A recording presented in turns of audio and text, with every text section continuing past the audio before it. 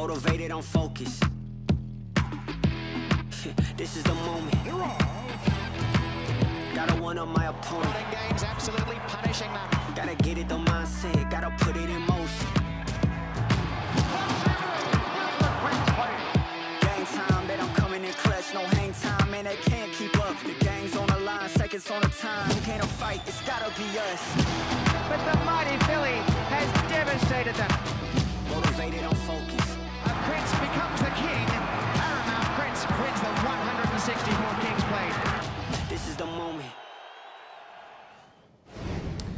We are on the eve of Turf Champions Day at Woodbine, which means the return of the superstar of the show, that being Elisa Blowback, with me on the desk of Woodbine Racing Live.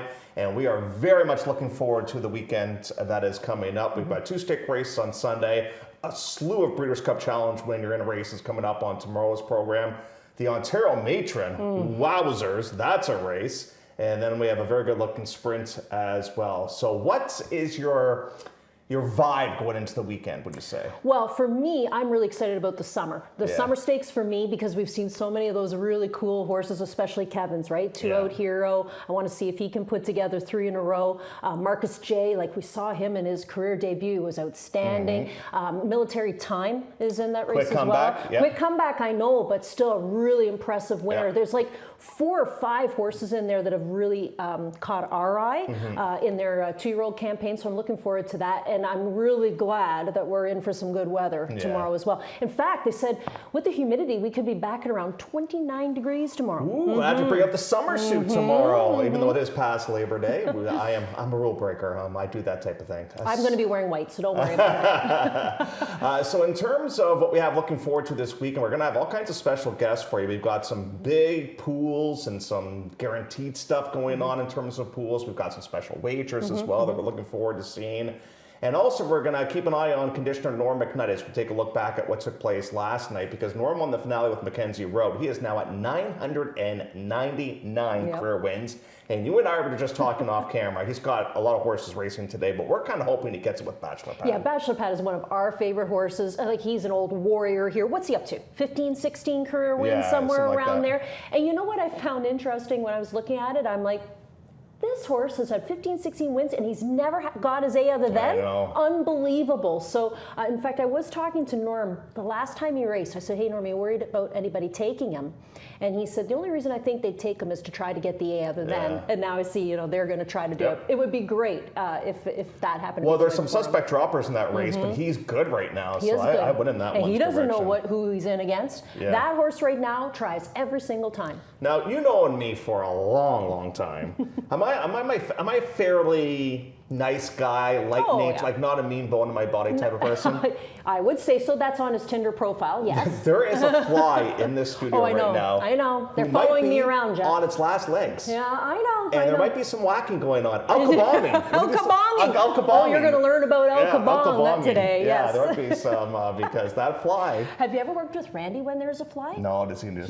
What's the Karate Kid movie where he goes... That's Randy. Kid. Yeah. And so Randy will just catch him, and he won't even kill him, and then he takes him outside and releases them. Mr. Miyagi. Mr. Miyagi. Well, great to have you back, my friend. Let's put you right to the test. I love that it's your first day back, and you're in the endless chair, by the way. So it's not like we're giving you a smooth welcome back in the mix of things here. So you got a minute and 30 to talk about race number 1 on the program at a mile and a 16th, and I'm starting to get this feeling that maybe I should copyright some of my material, because you're using terms here like new friends. That's yours. That is now. I use Drop and Pop, which is yours. Mine. So we're sharing. We got to do share a little bit, but that's in regards to Compton. So Compton, you know what's interesting too about this one, Lisa, is the turf races, they're just sort of, I know. But the synthetic races are a whole lot better. That's exactly what I wrote down too, Jeff.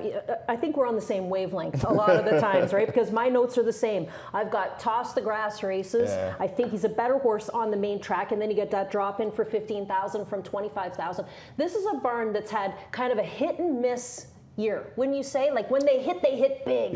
And then sometimes just doesn't work out, right, at all, especially when they're dropping horses in. Sometimes it really doesn't seem to work. But this one's dropping from 25 into 15 and looks to be the player here. And one of the main reasons that I put the horse on top, and I feel pretty confident about it, is one of the things that you've brought up before, which is that Rafael Hernandez is going to ride. And he is kind of the comfy sweater for Dale DeRusso. Anytime you see Dale with Rafi, I think you feel a little bit better about selecting those horses in the top spot. I did use my friend Nathan Squires in the second place position with Salto Verdano. Comes in off the back-to-back thirds. He's been here for 15,000 for a number of starts, and obviously you have other droppers in this race. Sprung Loose on the drop, Out and Out Disgrace on the drop here for Norm McKnight. Like you said, we're watching him. He's at 999. And even this Matt Douglas horse is interesting, Magic Slips, because this is a horse who was a private purchase from Mark Casse. I don't think the last race was what they wanted. I think that's just where they ended up going. I kind of remember you saying that to me, that maybe the distance wasn't what they wanted, and now they get a chance to go around 2 turns. And he comes out of a race where the winner has since come back to win.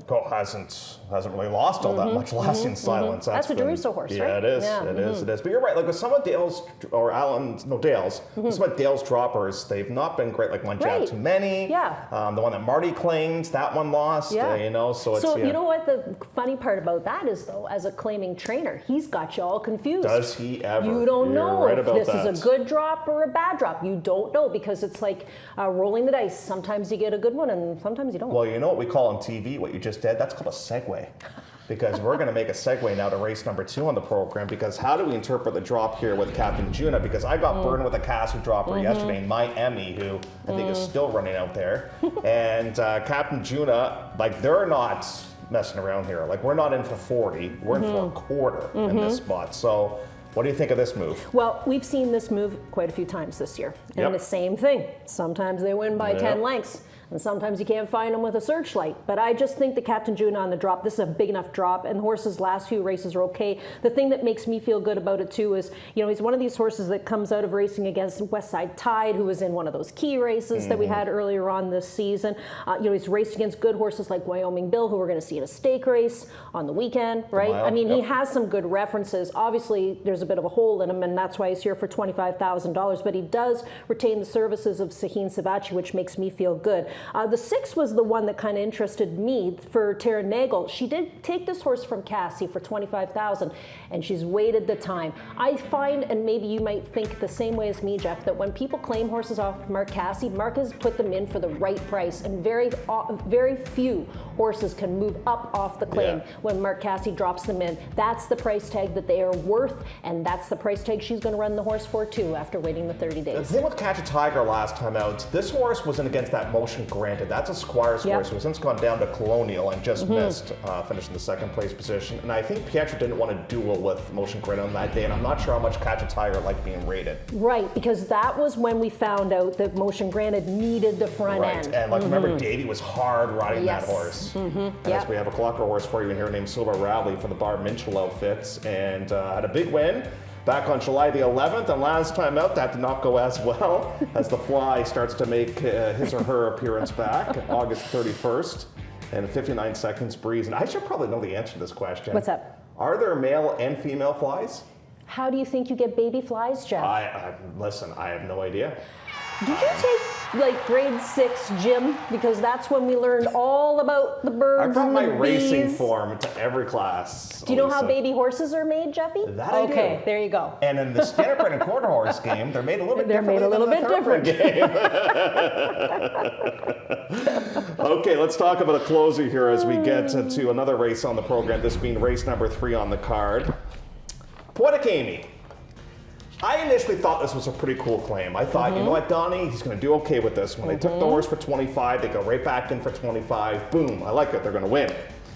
Ran just okay, and then last time out, just sort of the same type of race. How different do you think a 25 and a 15 is this time of the season? And who's he in against? Really, who has she hooked that's going to be really tough in this spot? I mean, I looked at it a few times, and the only other one that I thought that could be a problem would be Indiana Road. The Norm McKnight horse is on the drop, but I'm really confident in this barn when they're dropping horses in. I don't know about you, but that, to me, when I see them drop horses in, I'm like, yeah, today we're pushing the go button. And this this is the replay from the last race for this filly. Now, this is back on the 15th of August, so she's had lots of time in between. You'll see her there with the blue silks. It's always easy to find the McRae horses because generally they wear those big white blinkers. And the horse moves to the outside and gets moving pretty well late in the game. In fact, I think if we had another 100 yards, maybe 200 yards, horse wins the race.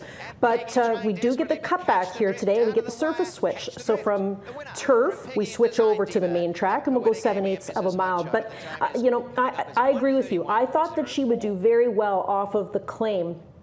But the telltale sign was the same thing, Jeff. They waited the 30 days, and they ran the horse back for the same tag, which kind of indicated that they didn't think they could move up and win. They figured we'll take our time, come back. I like the drop in for 15, and you know, I think you might see some lookers with a horse like this here today because she has conditions. Well, the thing I like about Donnie, and you and I often touch on this a lot, is sometimes we make the drop too late. And, sometimes, with Donnie, I find he times it more often not right. I would agree. And so for 15, that's kind of where he thinks she needs to be. That's where she needs to be. Now, I'm totally guessing with the Santino horse totally in charge, who's missed a considerable amount of time now for 15. I'm just trying to be poetic Amy in this spot, but that's usually a good sign for you because guess what happened yesterday? I saw. The Jeff off angle. Right down the highway. We got to turn that into some kind of a meme. Oh, speaking of memes, I saw the engagement I have photo. no idea what you're talking about. So on Facebook, I was once engaged to Taylor Swift, okay? It's not a big deal. Somebody wrote down, I can't remember who it was, but somebody wrote, "Great legs, Jeff." Yeah, that was that one made me laugh. That was Laura Krasnoskadi, right? Yeah, that was really funny. So anyways, I should put it on Twitter in case people didn't see it. Oh, you'd have to put the whole series out. Well, yeah. Maybe that should be my calendar, Your like calendar. Robert's. Yeah. Oh, I think think of all the money we could make. Late double. Okay, so let's get all the way to race number 6 now on the program. So we're going to fast forward all the way to the 6th. Okay. All right. What do we got in this race? Oh, yes. Oh, yes, gosh, here we go. So this is the 25 on the inner turf going a mile and a 16th. I am thinking, as I look into my crystal ball, that one Page Adieu will make 2 left-hand turns and go to the winner's circle. However, do you see it differently, my friends? I found this race really hard. Okay. You That's know, good. I mean, I think you and I have talked about this many, many times. We both love wide open quarters, right? I think they're just tougher sometimes than the 32s. They are just full of talent, Yep. right?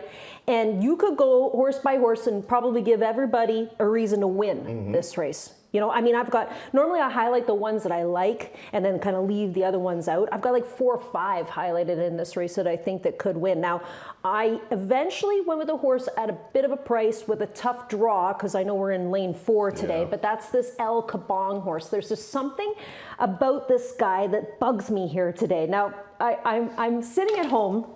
I'm thinking, El Kabong has to mean something, right? So Google is your best friend. I Google El Kabong. I wish I could show this to you guys, but if you're at home or you're on your phone, Google it, because it's great. El Kabong is like a Yogi Bear character from, I think there's a TV show called Jellystone. Okay. And he's a horse. And he is a horse that comes to your rescue if you have a problem. But he plays the guitar. So if you have a problem, like for example, I think one of the things was, you know, having problems getting across the street, like with a little old lady, and he says, "Kabong it!" And so he hits the little old lady with the guitar and she flies across the street. And I thought, having a little problems picking a winner here in race number 6, Kabong it. So I'm gonna take El Kabong up on top here today, not just because of the name, but because I like the drop in for 25,000. I mean, look at this horse. He's, you know, he was like many of these in this race, super classy. I mean, he's made almost $250,000 or $350,000 in his career. I think he goes back to maybe that race on July 19th, and he should be able to defeat these. My only concern, Jeff, and you might have the same concern as me, is which turf course does he like better? And if you look, you'll see the best race was on the EP, and then last start was on the inner. I just hope that was a fluke after racing a really big one behind one more brood. Way tougher field. Yeah, exactly. It's one more brood, right? I mean, I think for 25, he could be the one that sneaks in. Robert thinks that Ever Dangerous is going to be dangerous. This one was declared non-starter last time out. The stewards ruled that the assistant starter had a hand on the horse there. And there's look at Ned, who has been with the Drexler barn for a long time, and he is getting his picture taken with Ever Dangerous as well. So Roberts. Our friend Robert's so funny. So I'm going to play my lottery tickets yesterday. And Robert, Jeff. I'm like, yes, Robert, did you have a Sunday overnight? I'm like, no, Robert, it's not out yet. I'm going to the backstretch to take some pictures, he says. This guy, I'm telling you, I was watching quite a bit while I was away. And one of the things I saw was that he was missing a tie, and it just miraculously showed up. Yep. And then he had missed a jacket this year, and that just miraculously showed up. Like, sometimes I wonder if, one day Robert just goes missing. We got to go find Robert. That's possible. Especially when tennis is on. That's possible. That's possible. 7th race, jackpot high 5. Now, we're starting to get to some serious coining here. By the way, we will have a mandatory payout, whether it goes today or not, tomorrow when it comes to jackpot high 5 and the jackpot power pick 6. Carryover is $74,088.67. And super iconic. Ran well last time, but I thought might have been a little bit short. But now we're coming back on 7 days. I don't like it. Yeah, it's not for me. It's not for me, and the other thing is I don't know this trainer well enough to give you big stats on that, bringing horses back in off a quick rest, because he doesn't start a ton here. So I was thinking, maybe you like the other Santino horse earlier today. Maybe this Imperial Gold. I went with Imperial Gold, I think. Yeah, because he broke his maiden for 14, and I guess you can't get mad at them for trying the 15 non-2 because the horse broke his maiden so easily. Big Baby Henry, a crucial taunt. They would crush this field. Exactly. So I think we're on to the right horse here with Imperial Gold. I did use the 5 for second, reluctantly, but I did. And then this 8 horse, Mia said, I know it took this horse forever to break his maiden. I mean, it was the 27th attempt.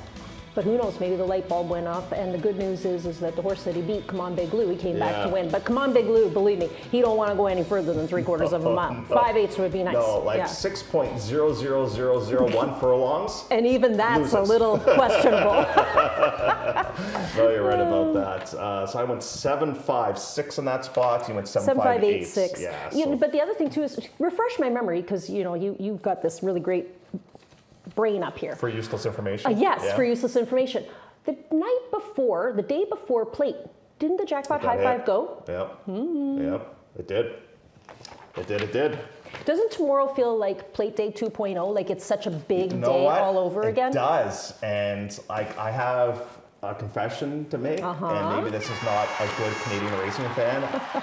Tomorrow's my favorite day. I know it's your favorite day. I like it more than Plate Day. I know, because we see so many Europeans and the big riders come up, and I mean, and these horses that we're seeing, we're going to see in the Breeders' Cup. Yeah, exactly. So that's cool when we can say we saw them ourselves. Do I lose my passport by saying no, that? Not at all. Just making sure.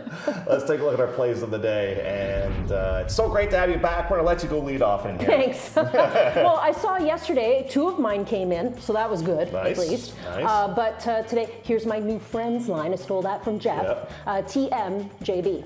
So Compton in the first. I just want to get a winner and get rolling here. And then we got Poetic Amy. We talked about that Donnie McRae dropper, Master Spy. I mean, come on. Like, the horse fits the condition. Oh my gosh. Just fits the condition, right? Wow. Yeah. Like another 2 weeks and doesn't. Yeah. So kind of lays over if you pay attention to that 75 non-winners of a race in a year and or the wide open 75. And I think he's coming out of a wide open 75 into the. I wish I had taken him a month ago thinking I that. I know. And then I'm kabonging it with El Kabong. Look at my first one. I stole it from you. Drop and pop, Captain Juna. And who's my best bet? It is the Spy himself. My speed threat is Stylish Gent. I think Icon could win a couple races today, and Stylish Gent might go right to the front. And my price play should be another speed horse, and that's Pejadu. I think I have Stylish Gent too. They're hard to resist. They are. Yeah, I do.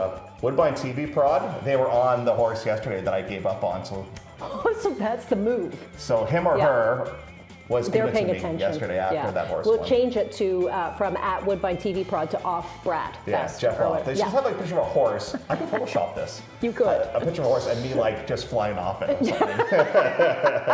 Or we could do that. Getting kabombed off the horse. Okay, so that's a look at our plays of the day. We're going to take a break. When we come back, we're going to get to topic number 7. Usually we've done our topics by now, but we're going to bring in Robert. We're going to talk about the big day coming up on tomorrow's program. We'll go through all the big races and get his thoughts. Love horse racing? HPIBet.com is Canada's leader in online horse betting. Access thousands of live races from hundreds of tracks worldwide instantly. Enjoy the most advanced betting tools like AI Smart Picks and exclusive cashback rewards you won't get anywhere else. Join today and get up to $100 in free bets. Get the ultimate horse betting experience with HPIBet.com.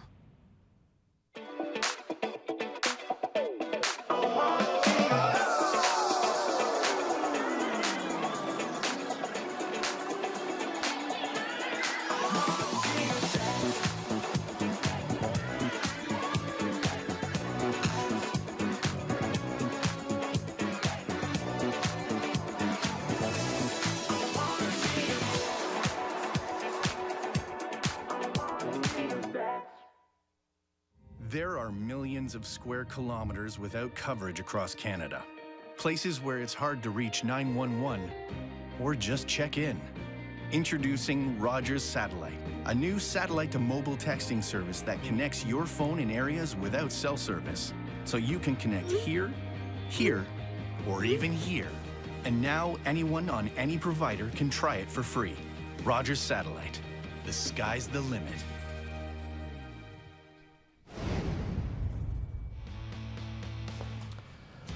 So here's a look at the wagering menu for tomorrow. We've got some pick fives that are guaranteed. We've got a mandatory payout for the jackpot power pick 6, a mandatory payout for the jackpot high 5. We've got the Turf Champions pick 3. That's a $5 base bet with a low takeout of 15%. And Elisa, you have to get up very early to play the global group/grade 1 pick 5 because it starts with the St. Ledger, then you get the Irish Champion Stakes, the Summer, the Telma, the Mile. That's a 20-cent base bet. So I'm not going to do that, but I know you, and you will either wake up, set your alarm to watch it, or you're going to watch it the minute you wake up on tape somewhere. You're recording. I know you. Yeah, I know. But that used to be my habit, but now with X, it just magically appears. Exactly. And you know, that Kings and Queens bet must have been really popular, and that's why we have the other one that's very similar, right? You know what else magically appears? What? Robert Keller! Oh, just like his tie. Just like that. Yes, his tie. His tie. Is that the stolen? Not the stolen tie. I shouldn't say that. The lost tie. No, it's not the lost tie. Okay, all right. I hope it doesn't get lost. All right, Robert, you're not on the show with us tomorrow, so we want to get your picks here. Let's talk about the first one, this being the Bet365 Summer Stakes. Obviously, on the inside course, things change a little bit in here. We've got Wild Desert installed at odds of 5-2. Obviously, Charlie Appleby very well represented in these races. Is this where Appleby wins his first on the day, or does the Bet365 Summer Trophy stay in Canada? What do you think? Well, maybe neither, because I went with number 4, the Secret Adversary, who I think has very, very close form to Wild Desert through Italy, and first lifetime start ran second to Italy. Then Italy is a common line. Last time out for Wild Desert, one unlucky. I don't think there's a lot between those two imports, and I'm going to go with Frankie's horse on top, Frankie Dettori riding the Secret Adversary, who's looking to me to be very dangerous. I would imagine they'll have an edge over our locals, but there have been some fantastic performances from some of our local up-and-coming stars, including 2 Out Hero. But for me, I do think it will go through the Brits. The British horses look strong.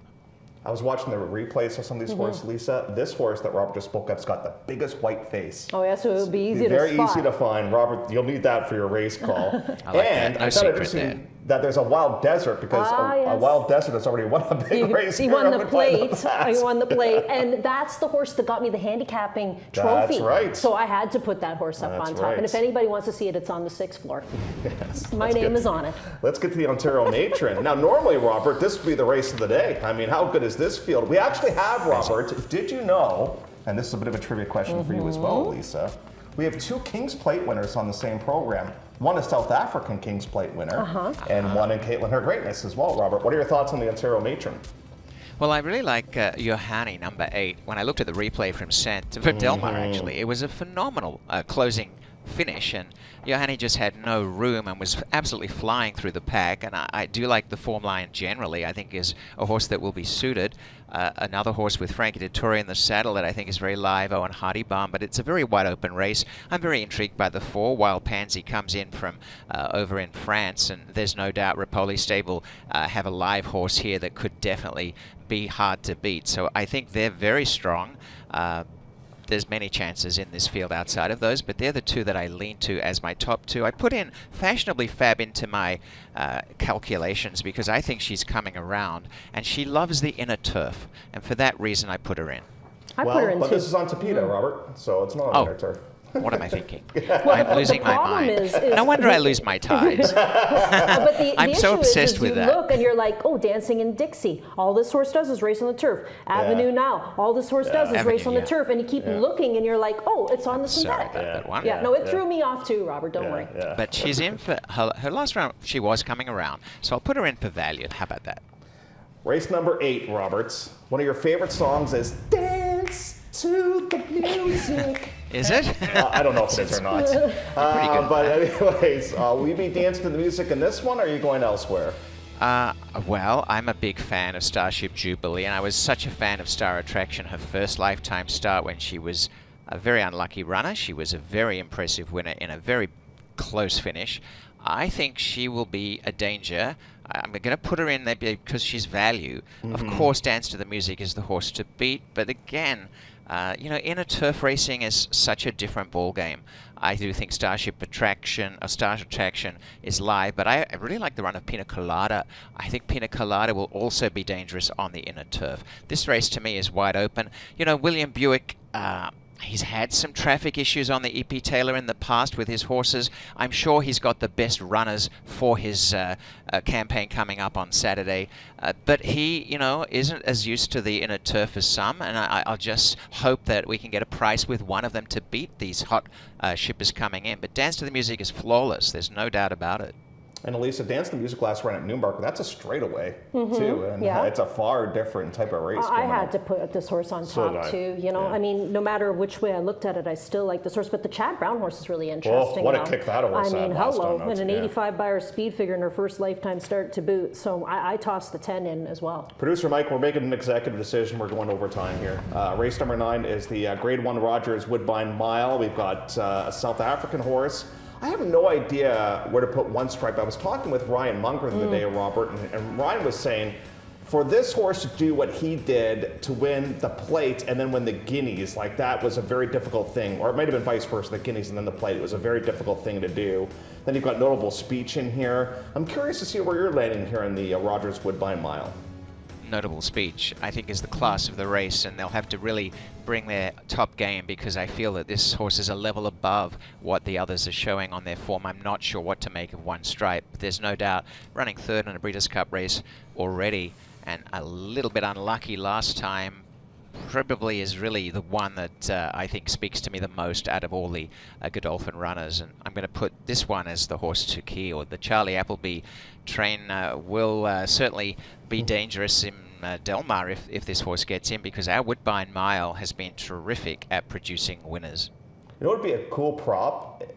We don't have it, unfortunately. Like, what would the odds be of Appleby not winning one of these 3 races? Yeah. That's a neat prop bet, isn't it? Yeah, because so far we've picked basically all of them. I know. Let's get to the Vigil. Robert, do you think Simcoe can do it again? I mean, that was visually one of the most impressive performances we've seen this year.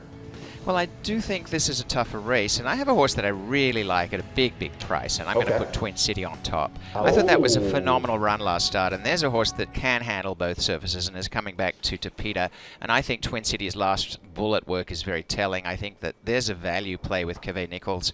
I consider Wicked Django very interesting, a horse that is fresh with very solid works and has been given plenty of time. I think Simcoe's a little bit vulnerable, in my opinion, but I'm going to go with some long shots for the final leg because I think that's where you'll get your value in the pick 5. I like it. It's kind of some cool decisions being made there. Like Cruden Bay was thought to be going in the mile, now goes there. I like this Master choice. Cross, I do too. And Master Cross Center, he looks overmatched in both races, but they have some decisions to make there.